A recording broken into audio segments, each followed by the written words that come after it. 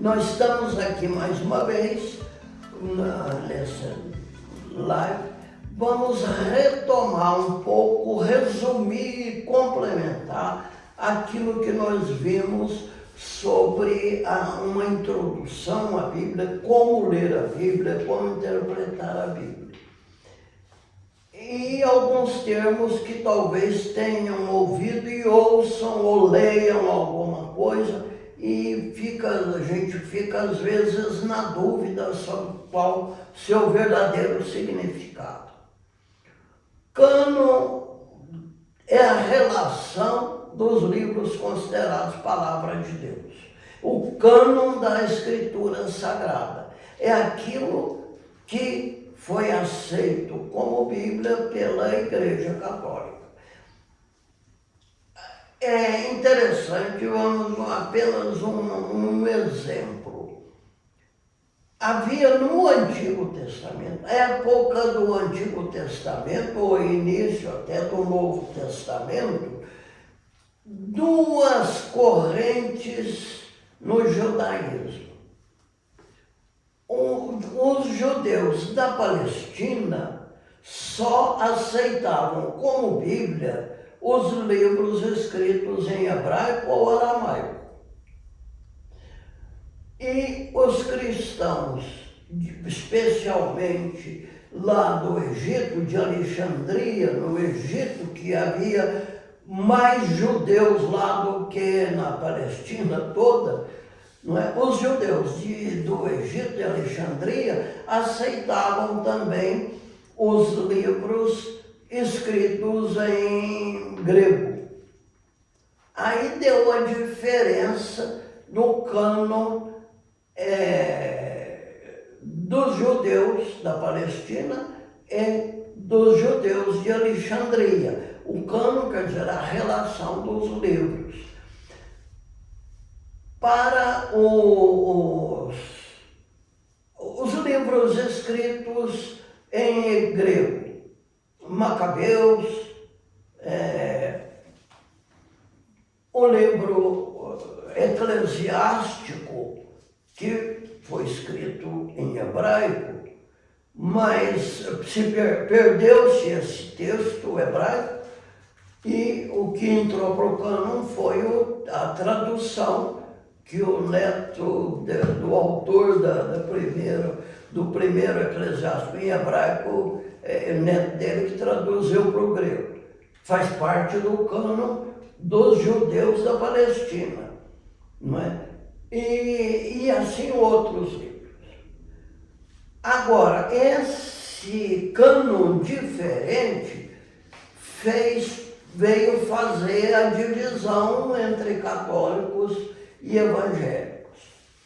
Por quê? Lutero lutava contra a questão de rezar pelos mortos, que era uma grande exploração que havia na igreja. Não é de missa pelos mortos, etc.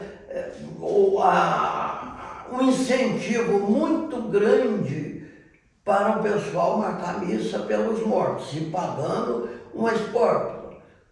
E aí tinha padre que vivia de rezar missa. Rezava sei quantas missas por dia e ganhava, para cada uma ganhava uma espórtula diferente, ganhava um dia rezando missa. Houve muito disso. E isso aí levou Lutero a questionar profundamente ou negar simplesmente essa história de rezar pelos mortos. E um livro dos Macabeus fala para rezar, manda um dinheiro lá para Jerusalém, mandando oferecer sacrifícios pelos mortos que morreram na guerra, lá na batalha. E então, aí Lutero fala, não, esse aí não entra. Então, os evangélicos ficaram com o cânon da Palestina. E a Igreja Católica adotou o cânon dos judeus de Alexandria, também com esses outros livros. A diferença dos livros de uns e outros é fundamentalmente e é mais antiga do que a religião protestante. Bom, esse é o cânon. Inspiração é a ação de Deus através da ação dos autores do livro da Bíblia, com todo respeito pelas condições e limitações dos autores. Evidente que num texto da Bíblia não vai pensar, não vai ter alguma coisa que envolve conhecimento da ciência de hoje. Não é possível, tá? Tem que ser, né? Como já houve coisas de condenação até dizer que a Terra não é plana, que a Terra é redonda, que a Terra que gira em torno do Sol. E não imaginavam isso, que pudesse ser assim, então, mas não quer dizer nada para a Bíblia, o Sol é que anda, então Josué mandou o Sol parar. Quer dizer, aquilo só quer dizer que foi um dia muito comprido, muita luta o dia inteiro, o dia foi comprido demais. Parece que foi mais de 12 horas o dia. Outra questão, a verdade da Bíblia. Pelo fato de ser inspirada, a Bíblia não é infalível em termos de verdades históricas. Temos até a frase do Bento XVI que acabou com qualquer pensamento de usar a Bíblia para justificar algum fato histórico. Que a curiosidade histórica faz que a gente tire a Deus da própria Bíblia. A inspiração, a ação do Espírito Santo, que se resume num trechinho da própria Bíblia, da 2 Timóteo, capítulo 3, versículo 16 a 17. Toda a Escritura é inspirada por Deus e útil para ensinar, para argumentar, para corrigir, finalmente, para educar conforme a justiça. É o principal objetivo da Bíblia. Educar, formar a gente para praticar a justiça. Educar conforme a justiça. Assim a pessoa que é de Deus estará capacitada e bem preparada para toda boa obra. A Bíblia não é escrita para informar, para nos preparar para praticar o bem, para agir corretamente, contribuir para o bem da humanidade. E não para nos informar sobre qualquer assunto, muito menos de história. Interpretação. O que é interpretação da Bíblia? Temos aí a palavra exegese, que muitas vezes se fala. O que significa exegese? Desdobramento, explicação. É o que às vezes a gente faz, que a gente fez um pouco aqui, a respeito, por exemplo, do Pai Nosso, né? Desdobrando para poder a gente entender melhor. Então, a exegese cuida de explicar um texto dentro das suas circunstâncias e características, de tudo que possa fazer entender melhor aquele texto. Hermenêutica significa interpretação.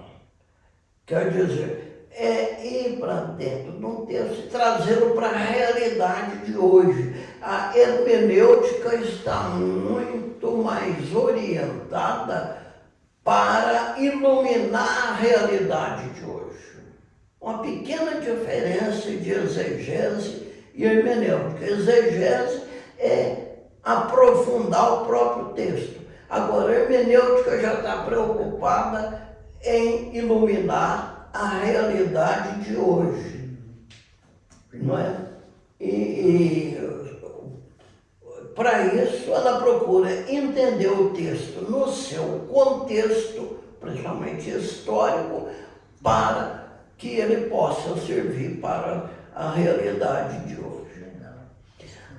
As abordagens são pontos de vista pelo qual se entra na Bíblia. Aquela comparação que eu fiz, isso aqui é um barco, você pode entrar no barco por diversos lados. E então tem muitas. Pode ser fundamentalista ou literalista. Essa aí não tem validade nenhuma. Agora, teológico doutrinal é possível com critérios, evidente, com métodos. Como eu disse também, a questão da abordagem e método. Abordagem é o lado que você vai entrar, o que você vai procurar na Bíblia. Agora, o método é o que você usa para chegar lá. Sem um método sério, você pode pegar uma corda podre e a hora que você soltar o corpo, você cai dentro d'água, você não consegue chegar dentro do barco. Então, a abordagem, deixando fora a fundamentalista, que nega o fundamentalismo, nega um método sério de interpretação. Aí é o que vale, é a leitura literal, é o que está escrito e não tem que interpretar. Tem que assumir como verdade, que Deus pode tudo. Agora, essa aí não vale, mas ou mais, tudo bem, qualquer coisa pode servir, pode ser abordagem para a Bíblia. Os métodos são caminhos sérios, testados para chegar a uma interpretação correta e segura. Método histórico crítico e de análise literária. O histórico crítico é basicamente três coisas: texto, contexto e pré-texto. O que é o pré-texto? Pré-texto é o que estava antes do texto. É a gente procurar entender quando foi escrito, o autor estava preocupado com o que estava acontecendo, que o motivou a escrever. Porque Deus age assim. O que motivou aquelas pessoas? Por que ele escreveu aquilo? A gente viu Pai Nosso no Evangelho de Lucas, no Evangelho de Mateus. O Evangelho de Mateus é de cristãos judeus, querendo agradar aqueles judeus que não seguiam os rabinos fariseus e nem tinham se tornado cristãos ainda. Então, ele tem a intenção de agradar esses judeus, então cita a Bíblia torto e à direita, quer conquistar esses judeus para a fé em Jesus. E procura vacinar esses judeus contra os fariseus. Aí o Evangelho de Mateus é o que mais ataca os fariseus. Pegar o capítulo 23 de Mateus é uma coisa, e é muito importante para a gente pensar na realidade nossa também, mas que ataca fortemente os fariseus que comandavam um grupo grande de judeus. Né? Então, e agora, enquanto que, por exemplo, de Lucas é de cristãos gentios, discípulos de Paulo, etc. Bom, os métodos agora, então, histórico crítico e análise literária. Então a gente precisa saber o pretexto, quer dizer, o que estava por trás, o que motivou aquele autor, e o texto tem que ver direitinho, não é texto de João Ferreira de Almeida, é o texto da Bíblia, seja grego, seja hebraico, e copiado séculos e séculos, né? E não tem nenhum escrito antigo que tenha tantas cópias como do Novo Testamento, aqueles escritores famosos, antigos, têm cópias, mas não igual do Novo Testamento. Quantidade enorme, enorme de cópias, e de vez em quando ainda acham mais alguma de alguns trechos. Quer dizer, aí ver isso e o contexto também tem um conjunto de. Eu gostaria, nesse sentido, questão desse método histórico crítico, a gente falou, quando falava disso, do paralelismo, dessa história de frases semelhantes ou ideias semelhantes que repete muito. Vamos ver vocês duas aí. No Evangelho de Mateus, capítulo 5, conhecidas bem-aventuranças, vamos ver se vocês encontram e vão encontrar uma semelhança que está da primeira para a última. Quer dizer, bem-aventurados os pobres. E ver com a última, ver se tem alguma semelhança da primeira e da última dessas 8 bem-aventuranças. Primeira, felizes os pobres em espírito, porque deles é o reino do céu. Exato. E agora, e no final, o que tem? Felizes os perseguidos por causa da justiça, porque deles é o reino dos céus. E isso nos outros não fala assim, as outras vezes, os outros bem-aventurados aí? Não.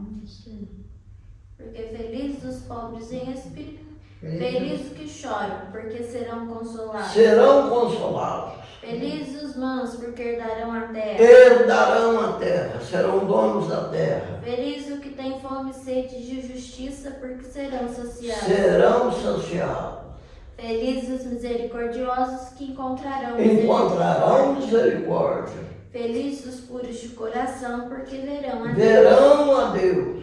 Felizes os que promovem a paz, porque serão chamados e serão de verdade filhos de Deus. Felizes os perseguidos por Agora, causa os da perseguidos, justiça, porque deles é o reino do céu. É o reino do céu.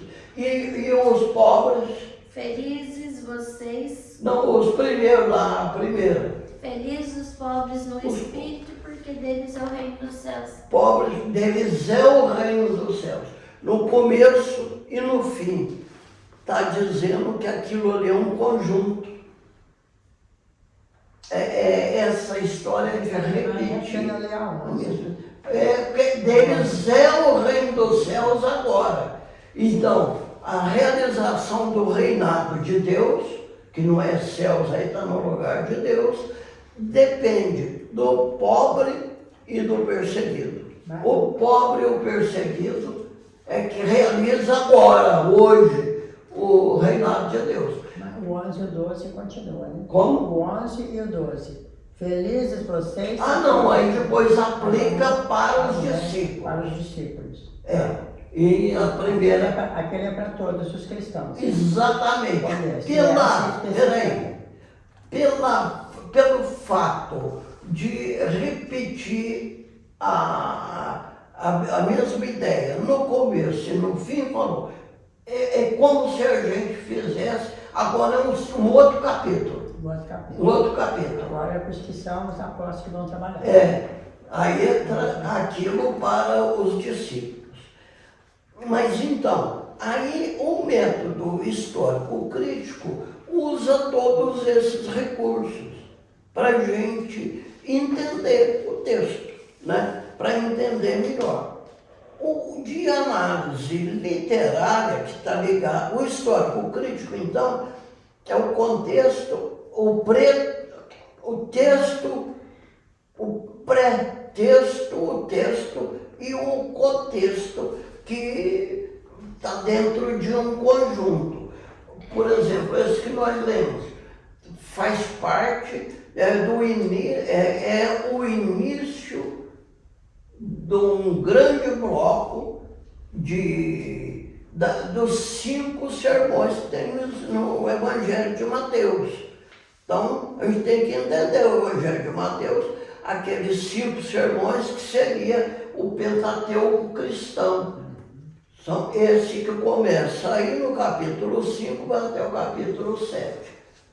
E depois tem a missão dos apóstolos, depois tem as parábolas do reino dos céus, o reino de Deus, e a comunidade, o que é ser a comunidade cristã, etc.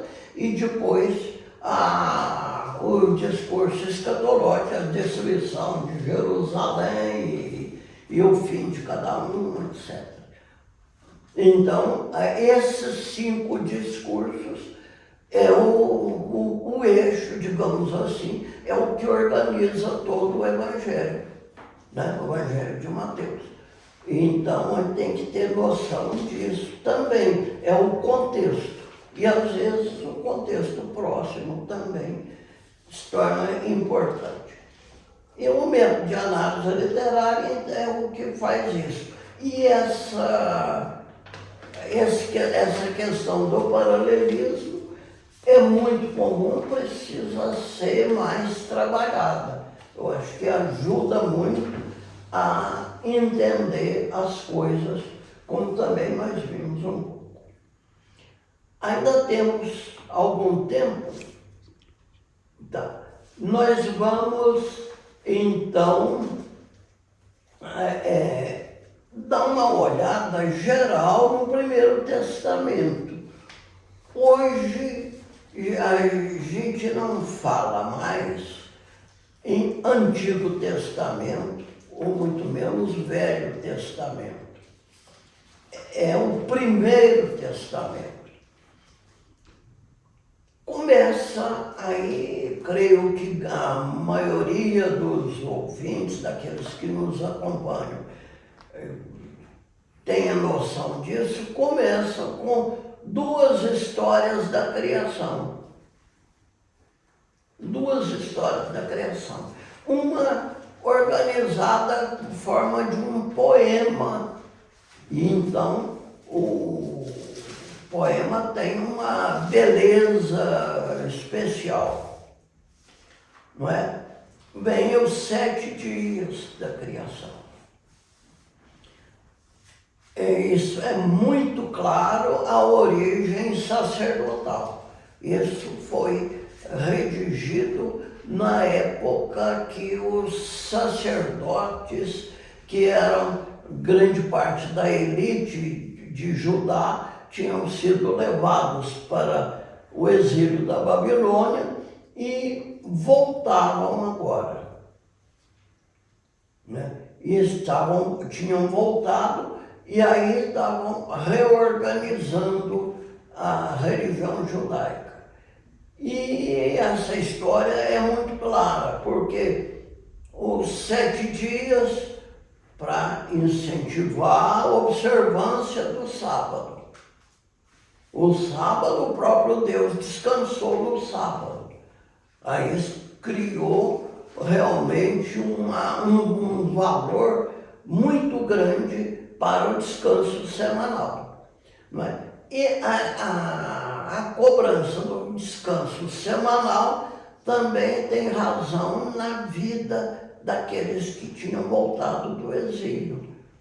Na Babilônia eles não tinham descanso semanal, talvez quinzenal, quando muito. Então, a necessidade de um descanso uma vez por semana, que isso depois evoluiu muito com a história das leis orais, não é? As leis orais que depois criaram também. Mas, então, tem esse primeiro. E depois tudo ali volta à criação dos astros. Para que foram criados Sol, Luas, estrelas, etc. Para marcar as datas das festas religiosas. Tudo dentro do contexto da liturgia. Logo em seguida vem a outra história, Na primeira história, tem alguns detalhes que Deus cria o ser humano, homem e mulher. Já diz crescer e multiplicar, etc. Enchei a terra, escrito na volta do exílio da Babilônia, a terra, ou como dizia o profeta Zacarias, a terra estava seca e vazia, sem gente. Agora temos que povoar novamente. E aí ele sonha, no futuro próximo, os velhos sentados na porta das casas, ou andando com suas bengalas pelas ruas, e a criançada brincando na rua, né? Aquela cidade cheia de crianças, a população aumentando, etc. Isso tudo a gente encontra no profeta Zacarias. Mas é dessa época. E então, crescei e multiplicai-vos, enchei a terra. Essa terra que está falando lá, não está pensando no mundo inteiro, não, está pensando na terra de Judá, né? Na sua terra, né? E depois vem a outra história, que aí já é diferente. Já, por exemplo, na primeira, vem uma ordem que vai crescendo. O último ser a ser criado é o ser humano.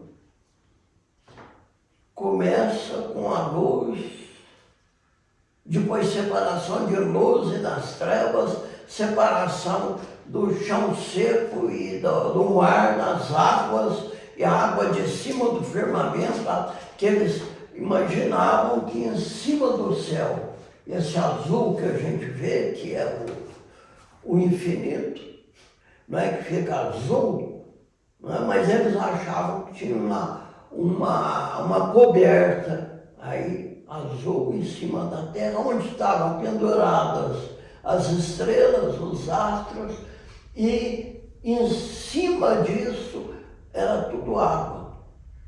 Tanto que nas histórias do dilúvio abre aquelas comportas do céu e desce água que não acaba mais, né? Então, depois então vem as plantas, depois os animais, não é? E depois, por fim, o ser humano. Na outra história, Deus cria primeiro o ser humano. E até diz logo no começo, não havia plantas porque não tinha o ser humano para cultivá-la. Quer dizer que as plantas foram. Mas na primeira história não foi primeiro as plantas, agora não tinha planta porque não tinha o ser humano para cultivá-la.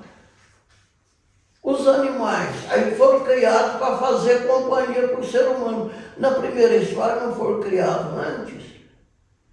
Os animais foram criados na manhã do sexto dia ou no quinto dia, mas na outra história não.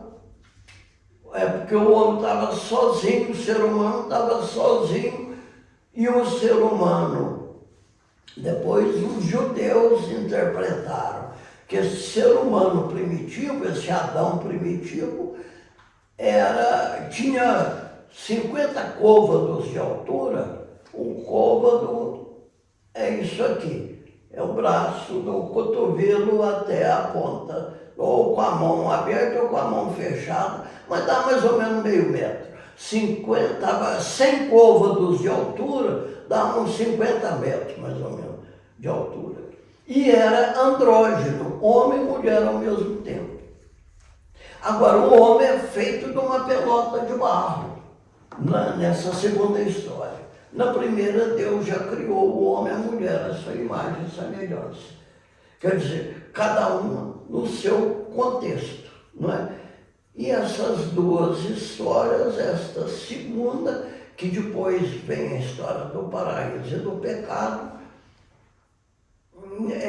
até pouco tempo era considerada bem anterior, mais antiga do que essa segunda, mas hoje já não é tanto assim que se pensa. Porque na própria Bíblia, os Salmos e outros lugares citam algumas vezes a primeira história da criação e não esta segunda.